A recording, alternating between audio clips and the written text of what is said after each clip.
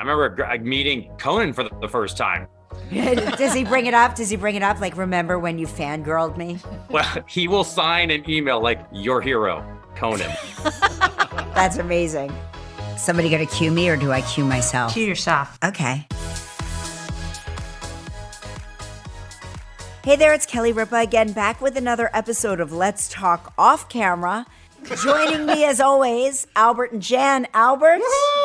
Jan, hi. Okay, this is exciting. We've gotten a lot of response from our Ask Kelly tab on my Instagram. So I'm going to answer some of your questions at the end of today's show. So let's get to one before we start today, and we'll do the rest later. Okay? Does that sound good? Perfect. Yeah. All right. Sound effects? These are the questions. Come on. These are the questions, not the statements. Okay. Yeah. It's time for Ask Kelly. Okay. This is from Silyana. How did your kids react about you and Mark working together on Live, like when you told them? You know, they didn't really have much of a reaction. We told them the night before because we didn't trust one of them wouldn't blurb. But, you know, they've seen Mark work there 1,000 times in the past, so it didn't really feel very different to them. They've seen us go off to work together for decades, between the soap opera and the sitcom. So for them, it's just like, now we're going to work at the morning show together. It wasn't really a reaction. So you didn't get any more of those, like, do not say this. Like, Oh you no, can't we talk get, about we me. get that. Oh no, we get that constantly. But it's like it's in rotation. Like sometimes they want to be talked about, sometimes they don't want to be talked about. All of my kids have taken to saying to me off the record because they think I'm a New York Times journalist. So they're constantly telling me things off the record. And I'm like, okay, off the record. But, you know, we know what the boundaries are with our kids and we respect their boundaries, even though I do believe that they need to give us a little grace here and there because at least two of them are still on the tit, so to speak. So until they're off the tit, they're fair game as far as I'm concerned. Okay, Albert, what have you been up to? Fill me in. So our friends, these two guys are having a baby. Okay. And he's been sending me all of these videos of the surrogate and like the baby kicking. And I'm watching this woman and thinking to myself, my God, like how does this woman living with this for 9 months hand this child over? Then I remember someone told us that the requirement now for surrogate agencies is that you have to have at least had 2 kids before you are a surrogate so that your attachment is less. And so there's my question. Is it how do you hand it over? And B, is it really true that on your third, you're more willing to do that? I don't know. I know that I would be a terrible surrogate. You would be the worst because surrogate. I would be like, I've had a change of heart. You would forget it. Yeah. You can have 20 kids but and I still think want that the 21st. You know, I have had many friends who have had their children with surrogates, and these women are angels, period. Yeah. Period. They should be celebrated. Surrogacy should not be mired in secrecy and shame. They are doing God's work. They are amazing. I think I could do it, but not because I'm special or amazing, none of the above. I think I could do it because, first of all, I had very easy pregnancies. So that makes it not such a, big ordeal. But I never really felt so attached until they were out and even like a few weeks, months later. And I felt weird about not being so attached. Like, oh, I'm supposed to feel a certain way right now and I don't feel that way. Wow. And I love my kids. Like You're the best. You're the best mother I know. I'm obsessed, but it just didn't happen for me that way. So when I think about it, I think I would do that for someone because I think it's such a gift for someone to be able to have a child. Like I can't imagine my life without them. Do you remember when I was like, I would hire Jan to be? I talked about Jan being my surrogate because I wanted more kids, but Mark sort of like cut me off at a certain point. But I really did want to have more kids, and Jan's like, I be your surrogate. I really didn't miss a beat when I was pregnant, and like I would work out every day. I felt great. Like that's why I would do it too, is because I felt great, but I did not feel attached. But I do think that answers the question as to why they want them to at least have 2 kids, because you couldn't have said that prior to having your first. But now you know it. Now I know, but I knew it after the first. Like there's just not, I didn't have that thing. Interesting. You could be a great surrogate. I can't anymore. I don't know. Maybe I could. How old are you? You could. 50. See, I look at you as a 40-year-old. You're still 40. I still think awesome. the both of you could do it. But I told you after I had Joaquin, the hospital made me sign a waiver that I would never get pregnant again. But congratulations to your friends, because it's just. I mean, they are thrilled. How far away are they? August. August. Benno and That's Matt. exciting. Wait, Benno and Matt? Benno and Matt. I did not know that. Very exciting. Very exciting. Oh my gosh. Well, let's get to the man of the hour. Not you, Albert. Without further ado, Oh, we please. bring him in Bring him to in. the talk. Go ahead. Okay. Well, he's already practically on. introduced himself. Today, I'm thrilled to have Joel McHale on the show, for those of you wondering. You might have gotten your reality TV funny man fix from him and his 12 Yeah. seasons on the famous pop culture show, The Soup. Or maybe you're a diehard Community fan. Community in the news again. Community is always in the news. Yeah. Let's get into you, Joel. Let's get into this and action. So what are you the most recognized for, would you say? It's a accumulation. It's like I did the Tiger King, the follow-up special. Yep. The literally like I Yep. did a half-hour special like, where are these meth addicts now? People came out of the woodwork for that. I mean, that's recent, but yeah, it's Community now. What about the bear? You're Oh. so scary in the bear, and then I saw you in, oh gosh, we were watching another movie that you were terrifying in, Assassination Nation. Yeah, I'm a bad. Bad, but you're so good at being bad, and you are. I can tell you from personal experience, Joel, you are a lover. Like, you have a beautiful family. You love your wife. You are a true blue friend. Like, you are a good person. That's a lie. That I told you to say as part of a condition. Part of the condition of coming on. Yeah. Oh, yes. I'm very lucky that my family loves me and my wife continues to want to be with me, even though I spend most of my time out of town. And my kids are like, you ever coming home? I'm like, yeah, this is my last job, I think. But I'm about to play a murderer in another movie coming up. So, You're joy. really good at playing twisted, fucked up, deeply evil characters. And, I only know you as my very funny friend, Joel McHale, who is like super sarcastic, super witty, can like come up with stuff on the fly. Do you prefer the hardcore acting stuff? I just flew from London and I watched Hereditary and Midsummer or Midsummer. And I was just like, this is a film festival that I can get into. Everyone always like, how come you always play dicks? And I'm like, they don't seem like dicks to me. Yeah, I like all that stuff. I like playing all those. I like it. The Bear got more recognition than almost anything I'd been in since. But yeah, I thought I was the hero. The scene that you're in, that very pivotal sort of where it explains this guy's break, the bear, why he wound up going back home, and Right. it was really this encounter with you as the head chef based on a real scenario that happened, right? Yeah. And I was based on a real chef that exists today. That behavior was modeled after that chef. So It's kind of amazing when you think like we have celebrity chefs on the talk show all the time, right?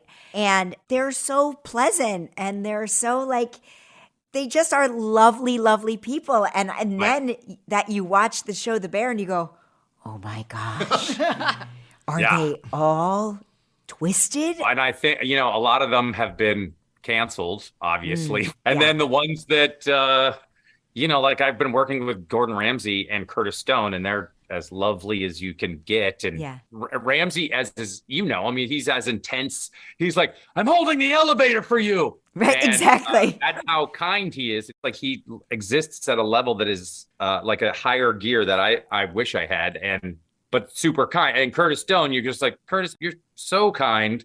Aren't you supposed to be a monster? And he's like, I don't know, mate. And he's so sweet. But I will say this before we get back. Some of the most recognized times is when I've been co-hosting on your show years ago. When people would be like, I saw you on Kelly. And You're they were a like, genius. you did that obstacle course. And then The wife carrying, oh my God. that was a very popular thing. For those of you who didn't see it, Jan was your producer, by the way. You're welcome. You're welcome. Here's the thing I'll say about Kelly Ripa, everybody. And you know when you go on shows, and you've been on these shows, and I'm not naming names, and the entire staff looks like they're traumatized. They're just like, hi. Well, you're doing great. How are you? How am I? Why are you asking? I haven't blinked in weeks. And I learned because it was years ago I came out. I was like, oh, everybody loves her. Everyone here likes her. She's talking to everybody like they're human beings, because I've been on shows where that is not the case. Now, Ryan Seacrest has been a frequent target of yours. Yes. And I bring this up because in the middle of the summer, I was recording my audiobook. And the director directed your audiobook. Oh, yeah. And I read your book, but I didn't download the audio, which I now have to do because I'm obsessed. Yeah. I don't know if you remember this, but you recorded this special scene, a cut scene from the book. Oh. And it's basically a manufactured fake porno of you and Ryan Seacrest, where you're in the room and suddenly you realize Ryan Seacrest has been there all along. Yeah. And do you remember this?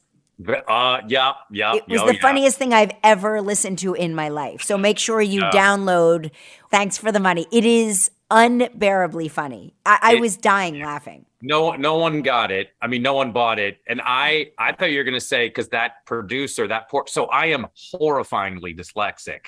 I can't read my own writing. And my friends who were helping me with the book were making fun of me the whole time, because I would get through 2 sentences, I'd fuck it up, and then I'd be like, I can't read. And then they would make fun of me, and I went around and around like that. And the producer was like, "Oh, you're friends with Stephen Fry? He reads it in one take." And I'd be like, "I can't read." It would be was my kryptonite. And they should just do the book of that. It would be 30 hours long, but it would be very entertaining. Are your kids dyslexic? Any of your kids dyslexic? Oh yeah. Yeah, I have a dyslexic son, and Mark and I didn't realize that we were both dyslexic until we took him to be evaluated, and they were like, well, you two are dyslexic. So then everything started making sense, like why the words move around on the teleprompter. Words will just appear that aren't there, but I clearly saw it there a second ago. Oh, no, that absolutely. That's why when I would see Ryan do American Idol live with 40 billion people watching, and he would just sail through the words. And I was like, how the fuck did he do that? Mm-hmm. But yes, same thing when my older son was diagnosed years ago. The woman who's doing it, she was like, oh yeah, I was wondering which one it was of you. And I'm like, you're describing all my symptoms. And I was told that I was a slow starter. And that's why my grades were so shitty. And that's when I was like, is that why you went into performing? And I was like, yes, I like performing. And it was way better than a fucking spelling bee, because the words like though, through, and thorough, give me a fucking break. Give me a break. But do you think that's why you became an actor? Because all of the books that I read said that it's like dyslexia can be a superpower. It's like these are the critical thinkers. They think outside of the box. They tend to be very creative. They tend to like problem solve in a different way. Do you find that you have that?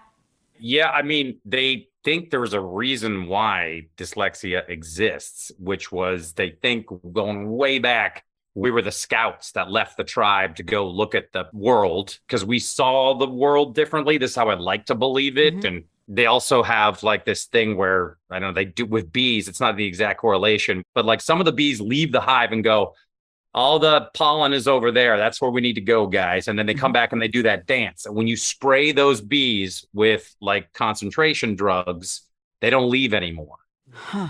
And so I'm like, oh, right. Once finally, it took me like a long time because I always thought it was dumb. And so I always cheated at school. Every class I was cheating in except for history because it was all lectures and I could remember that. So I also had friends that basically, these three very good friends that basically told me that I wasn't stupid. and that they allowed me to tell them my jokes and stuff like that. And then I just kind of went, well, school's a thing that's going to stay in the background and I'm going to do everything else. And then when the real job police come by, then I'll finally go. I'll go kicking and screaming. But until then, I'm going to run with this ball until I can be a real dick on a chef show. Did your parents put any sort of guardrails in place, or did they say, look, you've got until this amount of time before you have to get a real job? No, I booked a national commercial when I was like a freshman in college. Oh, wow. And I made a bunch of money, and more money than I'd ever. People don't realize how well commercials, especially then, paid. That's a huge payday for a national commercial. Yeah, no, it was something like $40,000 out of nowhere. Like, and because they aired it all the time. It was a car commercial. And I was just like, I'm rich. Of course, I spent all that money dating my wife, and I was in full on credit card debt. But that they were like, oh, and then like I started, as you know, well, Kelly, you had a lot of success when you were young. So I guess I was not as young as you, but no, I mean, I was 18 when I booked my first, it was a Burger King commercial, but it was a test spot. So I made like no money from it, you know. But you got the job. I got the job, which allowed me to go in for all my children. And then I got that job. And I was like, people say this acting is so hard. I've booked my first 2 auditions, and then I never booked a single thing ever again until the talk show.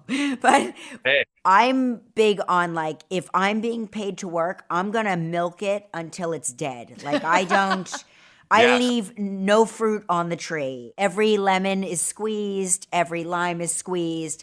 I ingest the skin, the rind. Yeah. I do too. I'm going to put out a book called Termites of Creativity. Yeah. And we turn everything to powder. Everyone always like, when are you going to leave the soup? I'm like, fucking never. Not until I cancel it.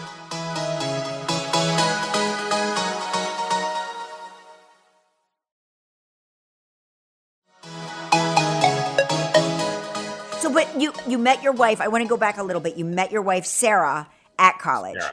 And people don't. Yes. I don't think people know, but she's a stone cold fox, easily the most beautiful woman I've ever seen.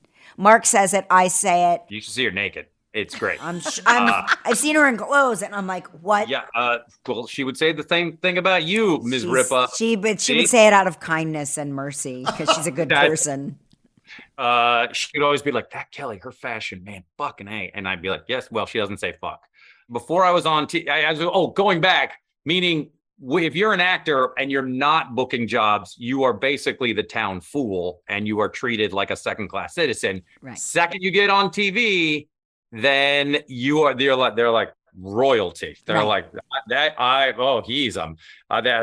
so I met Sarah before I was doing theater in Seattle. I tricked her and she dated me, and I spent all my money and got her to believe that I was, like this, look at this. And then, so all her family, or some of her family, but a lot of her family was like, you sure you want to marry an actor? And then all of a sudden I got on TV and everything changed. And then everybody, and I was like, and Sarah it really shows poor judgment on her part, but You're such a lovely, beautiful couple, and you've got these 2 gorgeous sons who are, how old are they now? 18. No. And 15. No. They are so big now. I mean, look at these photos of like, I carried that kid on a backpack a lot, and now they are like, so much body hair. Do beard. they smell? Do they smell? Like shit. Yeah. I know there's a lot of parents that listen to and watch Kelly, but boy, I know you might be in a baby jail right now. It is instantaneous how quickly they're like, hey, where's my fucking dinner? Say it all the time. When parents have babies and they're so exhausted and they're like, oh my God, I can't wait until he's a teenager so I don't have to worry anymore. And I don't have the heart to tell them that that's like Oh, that's when the shit hits the fan. I mean, wait, just you wait. Oh, you want some anxiety? Hold on to your fucking hat. Yeah. I remember it was just a couple of years ago when I opened my son's door and he goes, "What?" Mm-hmm. And I was like, "I just want to know if you want to go and play football." "What? No." And then that was 3 years ago. Oh, just you. It's all ahead of you. It's all ahead of you. But the good news is they do come back when they need something.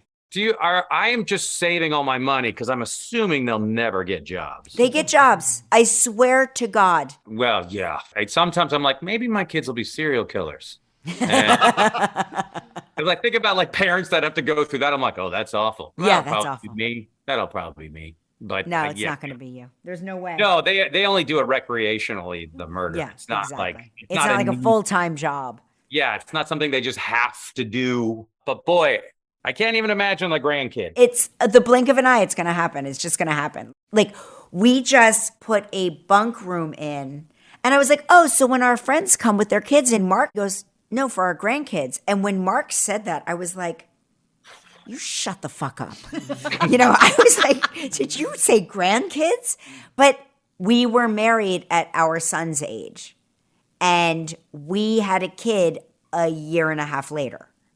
Like they reach 25 and they become people, and then it's like they don't come to you for advice. They don't ask, what do you I'm thinking about settling down with this person. What do you think? You just accept whatever is handed to you, you have to accept. And not to transition this. So on the new show, Animal Control on Fox. Thank you. Animal Control on Fox. On Fox Thursday, next day on Hulu. I'm always like, I see the cast. I'm like, we're all the same age. No. They're 28 and 29. You're old enough to be their dad by a mile.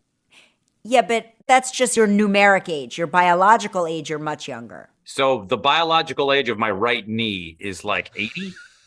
Maybe your right knee, but the rest of you is like you're 22 years old.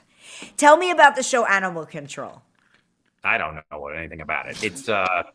It's where it's me and Ken Jeong and Robin Thicke and Nicole Scherzinger, Jenny McCarthy. We tell celebrities that are hiding behind these masks that they're terrible singers. Or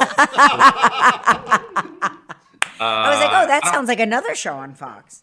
Oh, yes. Thank you. No, it's about it's about pest, not pest. I guess it would be pest control in New York, but they're the people that come to your home and remove animals like a coyote if you're here. And so they just removed a alligator from Prospect Park in Brooklyn. Dear God. It was not doing well. I mean, they were like, it's not doing well. And I go, yeah, no shit. It's not supposed to be here experiencing extreme winter. No. And I thought you meant like, you used to have an apartment on Park Slope, but now lost its job in the circus and now it's kind of in a rougher neighborhood now. So so that's what it's about. It's about and when I read it, I was like, oh, this is funny. And the jokes are good, but I thought, oh, the secret weapon will be the animals because there's all sorts of comedy to be had by having, big, whatever kind of crazy animal we have. What's the craziest animal? I put a tarantula on my face. The cougar is pretty amazing. A full grown cougar? It was like a 70-pound, 3-month-old cougar, and you could hold it like a kitty. And I thought you meant like a 56-year-old cougar, and she wanted to date you. Well, yes, but So I love all that. Every time I'd send a photo to my wife, she'd be like, "This is a perfect job for you," and I'd have anaconda wrapped around me. Are you afraid of snakes? Snakes terrify me. You should get a snake because they're the greatest pets of all time. And rattlesnakes are very dangerous. Stay away from anything poisonous, but they eat every 2 weeks. They don't smell. They're not slimy. They just sit there. They're happy to be draped over yourself. Do you have snakes in your house? No, but I learned how to capture snakes in Calabasas in the 1980s with my cousin. Who it used to be, this is what it was like in the 80s, guys, when there was no rules in America, where you could go out in the desert, grab snakes, and then sell them to pet stores. Are you not allowed to do that anymore? I'm very ignorant about snake laws. there's so much shit we shouldn't have been doing, but yeah, you can't do that anymore. Because the snake population were going down because there were so many sales. So Mark is texting me because Yes. he's in I'm the other. assuming he's doing a calendar right now. I'm assuming. No, he's in the other room listening to this, and he says, "Tell Joel I love how much meat he cooks on Insta, like a lot of meat, delicious meat. I'm worried about his heart health." So he likes it. He wants it. He knows it's delicious because we've eaten with you, and we know that you're like a foodie. We know that you know like the way around a good restaurant. So we know if you're cooking a steak, it's delicious, but he's afraid that you're consuming too much meat. Oh, well, that could be a problem. But all right, here's my dirty secret. It's all horse meat. No, I show it a lot. And when I cook it, I take photographs and I video it, but I don't eat beef every day in any way. I'm not like that Salt Bay guy that pretends to eat beef for every meal. See, I told you that's how everybody's like, oh my God, you are cooking constantly on Instagram. And I go, no, I never cook. So when I do, I show it on Instagram. Just because I made donuts one year and everybody was like, my God, you and these donuts, how do you live like this? You're constantly eating donuts. I'm like, I made 6 donuts. I ate one of them on Instagram. End of story. Right. Well, so I'll tell Mark not to worry. We do a cooking show called Every 4 Months. And every 4 months, yes. It'll just look like we cook all the time. My whole thing is that quality, if it's a quality piece of meat and you cook it with quality ingredients, it's not nearly as bad for you as all the shit you could be eating. You sound like that chef you played on The Bear. That's that character talking in you. Only you're not yelling at me. Again, the protagonist, and that guy was bad at his job. So can you tell me anything about Community, the movie? Everybody dies. Is it in the works? Like Hamlet. Yeah, we're shooting it next summer. You're shooting it next summer. And is the whole gang coming back? Everybody? Well, Donald's coming back, and that's really important. Yeah. Well, the fact that we even got, like, Donald's going to do it, that was the big, piece. But I think everyone's coming back. I mean, so far, we're pretty good. And I think that will happen. If not, then, Donald will be there. See, it'll just be Donald. It'll just be an episode of Atlanta. Will Chevy Chase be in the movie? That one is, I don't think so. There wasn't any issues at all when we were making the show.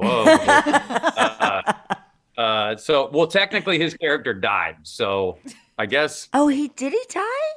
Yeah, he died. And he was off the show. And so one of my favorite episodes is when Walton Goggins, the great Walton Goggins, he gave out everything in his will to the Community cast, and famously he gave everyone a thermos of his semen.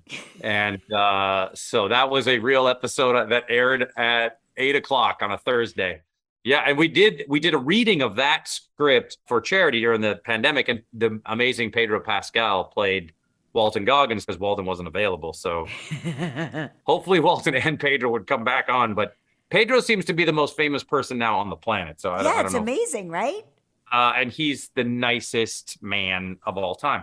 He's one of those guys when you've met 1,000 assholes who are super famous. Right. But when the good guys get that famous, it's like, one of the good ones made. One of the good ones got their due. That's so exciting. Who's like your least, do you have like a most favorite and a least favorite person to work with?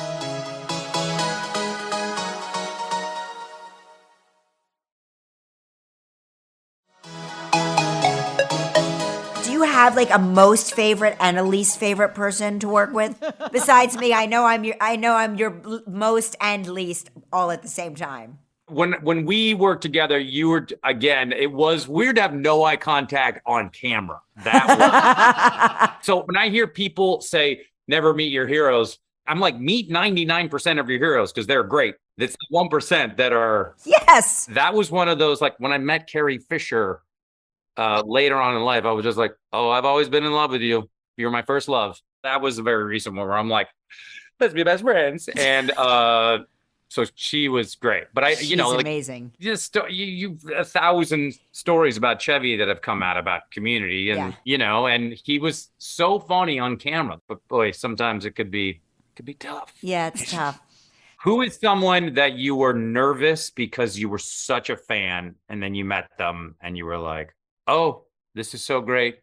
Oh, Cher. Cher Good one. was big, and Cher was great, and great to everybody, and just like, beautiful and sparkly and all of it, And, at the big stars, like, they're kind. Yeah. 99% of the time, Literally. they're kind. Yeah, I did a thing with Steve Martin. I was just like, are we going to be like friends? And he's like, well, we can email. And I remember meeting Conan for the first time, and I'm now friends with Conan. And I was like, it was weird how much of a fan I was, Conan. Not anymore. But does he bring it up? Like, remember when you fangirled me? Well, he will sign an email like, your hero, Conan. Like, very good. That's amazing. Yeah, that was like, no, I met Samuel Jackson at a hat store. And then I just hear the guy behind me go like, do you think you guys are going to get a 6th season? I'm like, yeah, right. You're like, you know me? What? And you pinch yourself. You pinch your little dyslexic self. Jan can tell you about the time Samuel L. Jackson comes backstage at the Academy Awards and basically sits down next to me because I'm supposed to interview the celebrities as they win their Academy Awards. Right. And he goes, I'm so bored. Can I sit back here? And we sat. We had like gummy worms and popcorn. And he was like, it's just better back here than out there. And he sat there and watched the Academy Awards with us backstage. And it was the greatest because like he had a commentary on everybody. And it was like his take was fascinating. He had hot takes. Who did he come with? He was with his wife. And his wife was like in the audience. Like, she's having a great time. The seat filler's amazing. Oh, he told us that because he was complimenting my jewelry, and I go, it's borrowed. I borrowed it. And I go, when your wife borrows the jewelry, she must get like her pick, the creme de la creme and he goes, oh, there is no borrowing. If she borrows it, that means I have to buy it for her. And so we learned that like every piece of jewelry she owns is hers. Like it starts out as a borrow, and then she's like, I think this would be nice. And then he buys it. And he has to call Kevin Feige and be like, so we need another $1 billion movie. Yeah, I need that shit ain't cheap. Well, thank you for being a part of the podcast. We are at the halfway point. I'm excited for part 2. Very excited. Part 2 coming in a week. Don't forget the Community movie is in the works. And don't forget to download or order Joel's book. Thanks for the money. You really will laugh your ass off. I'm not kidding. And now that I heard that extra porn scene that you shot with a young Ryan Seacrest, I will download the Audible version so that I can listen to it. Will you tell Ryan? I'm sure he's been scurrying around that room, but no. I always made fun of his height, and he wasn't even that short. And I will tell him that you said that. It will make him feel, you know what? He'll grow 2 inches just knowing you think that. Then he'll finally be 5 feet. What? By the way, next time you see Ryan, ask him about the time he clogged Kris Kardashian's toilet. With a shit? With poop. Oh. But he was too embarrassed, and like he had to fish it out. It's like a whole thing. Like you have to talk to him about it. It's amazing. It's an amazing story. And it really humanizes filthy rich Ryan Seacrest in the filthy rich home of filthy rich Kris Jenner. Like Kris, I hate to ask you, but do you have a ladle I could borrow? It's not for anything specific. It's a fascinating story. Tell your lovely husband behind the door. I will tell him. And kiss Sarah, kiss the boys, your whole family. Much love and thank you. We'll see you soon, okay? Thank you for having me. Thanks, Joel. Bye. Right on. I have fun editing this. Okay, that was great. Jan, Albert, hit me with some of the Ask Kelly questions today. Wait, Albert, play it again. It's time for Ask Kelly. Oh, my God. Okay. All right, now I'm ready. Hit me up. So from S. Berger, when will you talk off camera with Madonna? We need that interview. Oh my gosh, we Speaking into the do. We universe. need that interview. When will we talk off camera with Madonna? Madonna. Who's Madonna's PR rep now? I don't know. forgot. But maybe we should do a little plea right now. A little plea to Madonna. Dear Madonna, you know what we should do? We should encrypt our podcast so that if you play it backwards, it's me just saying, Madonna, come on, let's talk off camera. All right, next question, Albert. Next question. When dealing with either interviewing or interacting. Wait, who is this from? Oh, Lanier? Yes. Okay. When dealing with interviewing, interacting, etc., with difficult people, what is your go-to Zen thought? And afterwards, who is your first phone call to spill the tea with? Oh, that's easy.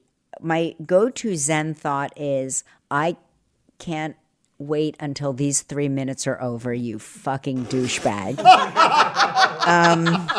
Very Zen. It is. It's a mantra I know very well. And afterwards, it's not really a phone call. I meet with my producers. Jan, you've been there. Albert, you've been there. God. Seth, you've been there. We do a little download in my dressing room, and then we have a laugh. And then if I do make a phone call to spill the tea, it's usually Andy Cohen because he'll have already watched it, clocked it, and texted me. Yes. And I apologize if the phrase douchebag offends you, but My favorite phrase. I think it's a good phrase and usually applicable. Because if you can't be friendly and fun on our show, you know, it's like our show is set up for people to succeed, not to fail. It's not like we're doing probative shit over there. You know what I mean? Okay. All right, next question from Dancy Jan. And this is not me. I am not Dancy Jan. But when having sex, do you ever think, oh my God, how much longer? Dancy Jan, I believe you are Jan Chalet.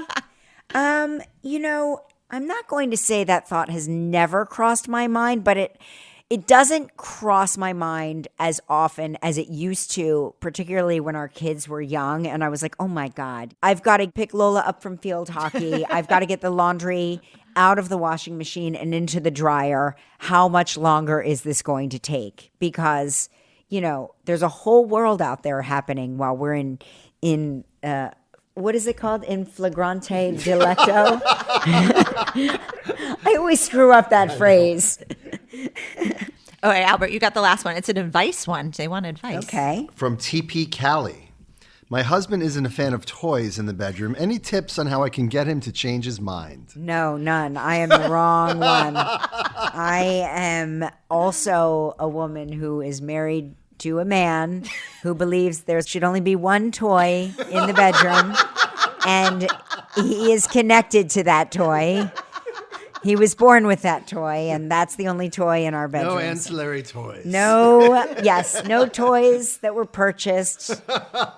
No batteries required. Yeah, no batteries required. I'm sorry. I'm sure they've written books about it. Anybody? Any toy users here in the room that they're willing to admit? Albert? No, users. not a No toy toy user. users. Not a toy Yeah, user. we're from a different generation. I think. You know who would know how to answer this? Madonna, which is why we need her on this podcast. Madonna. Madonna.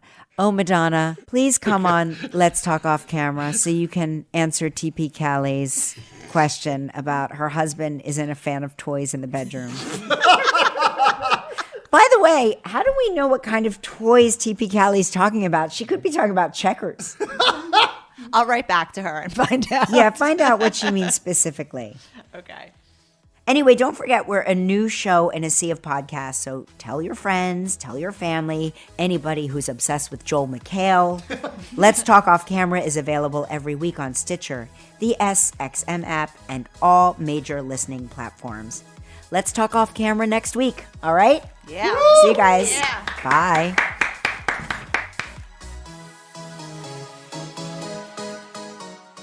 Let's Talk Off Camera with Kelly Ripa is a co-production of Melojo Productions and PRX Productions with help from Goat Rodeo. Our theme song is Follow Me from APM Music. From Melojo, our team is Kelly Ripa, Mark Consuelos, Albert Bianchini, Jan Chalet, Devin Schneider, Michael Halpern, Jacob Small, Roz Therian, Seth Gronquist, and Julia Desch. From PRX Productions, our team is Kara Schillen, Genevieve Sponsler, Megan Nadolski, Edwin Ochoa. Additional sound design by Terrence Bernardo. The executive producer of PRX Productions is Jocelyn Gonzalez. This show is powered by Stitcher.